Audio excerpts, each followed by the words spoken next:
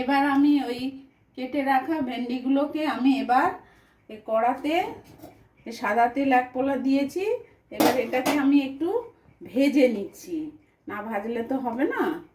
এবার ভেজে নিচ্ছি।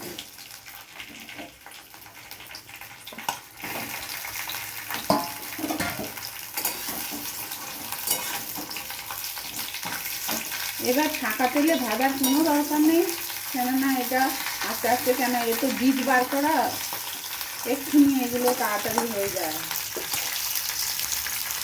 আমার ননস্টিকের কড়াই নেই বন্ধুরা, তাই আমি আমার বাড়ির কড়া দিয়ে যতটা পারি চেষ্টা করি, বাড়ির মতো ঘরোয়া।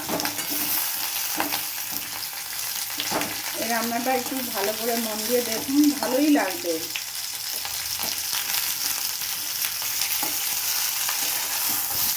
ভেন্ডিগুলো ভাজা হয়ে গেছে, একটু ভেজে না নিলে নইলে ওই হড়হড়ে ভাবটা থেকে যায়, তাই আমি আগে ভেজে তুলে এবার আমি মশলাগুলো বেটে এর মধ্যে ভরবো। এবার ভেন্ডিটার ভেতরে যে পুর ভরবো, পুর করার মশলাটা বাটবো শিলে। এবার শিলে বেটে নিচ্ছি কি কি দেখুন, কাজু বাদাম, একটু ভাজা চিনে বাদাম, একটু চালমগজ, পোস্ত আছে, আর 4টে কাঁচা লঙ্কা দিয়ে আমি এটাকে শিলে বাটবো। বেটে যখন আবার আমি মিক্সারে করেও দেয়া যায়, আমি বেটে নিচ্ছি এমনি শিলে। আমার হাতের কাছে শিল আছে তাই শিল দিয়ে, আপনারা মিক্সারেও বেটে নিতে পারেন।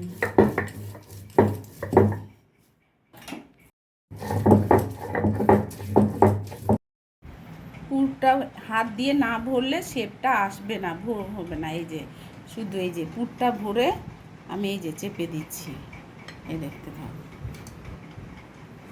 এটা জাস্ট খেতে এত সুন্দর লাগবে গরম ভাত দিয়ে, বিশেষ করে গরম ভাত দিয়ে, বা রাত্রের দিকে অনেকে রুটি দিয়েও ভালো লাগে। কেন ভেন্ডি একঘেয়ে ওই সেদ্ধ ভাজা ভালো লাগে না, একটু নতুনত্ব করে এই যে আমি এটা হাত দিয়েই করলে শেপটা ভালো আসে।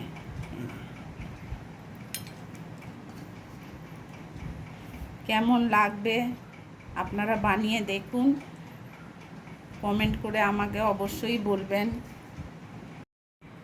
ভেন্ডিতে পুর ভরা কমপ্লিট। এবার এটাকে আমি কড়াই দিয়ে কিভাবে এটাকে করছি মাখো মাখো দেখতে থাকুন। এবার আমার কড়া গরম হয়ে গেছে, আমি এবার রান্না করছি ওটা। এবারে আমি এটা একটু সর্ষের তেল দিয়েছি। এবার সর্ষের তেলটা দিলে কি হয়, গন্ধটা ভেন্ডির সাথে যাবে, কেন মশলাগুলোর সাথে দিয়ে খুব অল্প তেল দিয়েছি, দেখে নিন। একটু এই যে কালো জিরে, এই যে কালো জিরে 1 চিমটি দিয়ে দিয়েছি ফোড়নের জন্য। হ্যাঁ, এই যে আমি একটা ফোড়নে কাঁচা লঙ্কা দিয়ে দিচ্ছি। 2-4 কুচি টমেটো দিচ্ছি।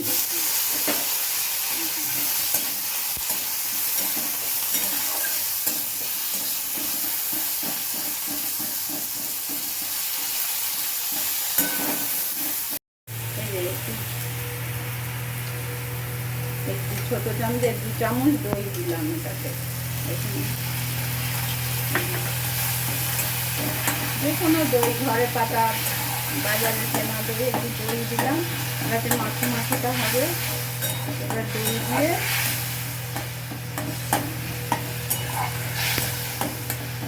আমি একটু নুন দিয়ে স্বাদ মতো নুন দিয়েছি। এই যে স্বাদ মতো নুন দিয়ে দিলাম।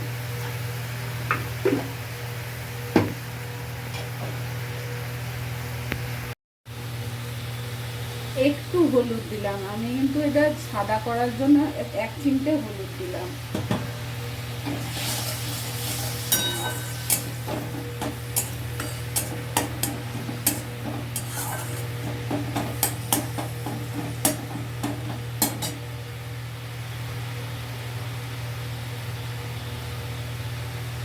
এবার 1 ছিটে আমি জল দিয়ে দিচ্ছি যাতে সেদ্ধ হয়ে যাবে।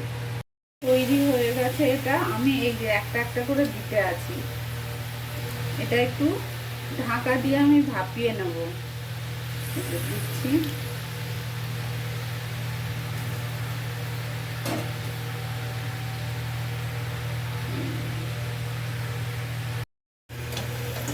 ভাপানো হয়ে গেছে, এবার দেখুন, এবার হয়ে গেছে, আমি নামিয়ে নিচ্ছি। এই যে এবার নামিয়ে নিচ্ছি এটাকে। আমি ওপরে একটু সর্ষের তেল দিয়ে দেবো।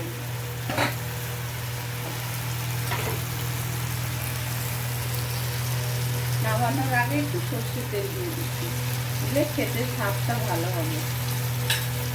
এবার নিভিয়ে দিলাম, আমি ওটাকে ঢেলে নিচ্ছি।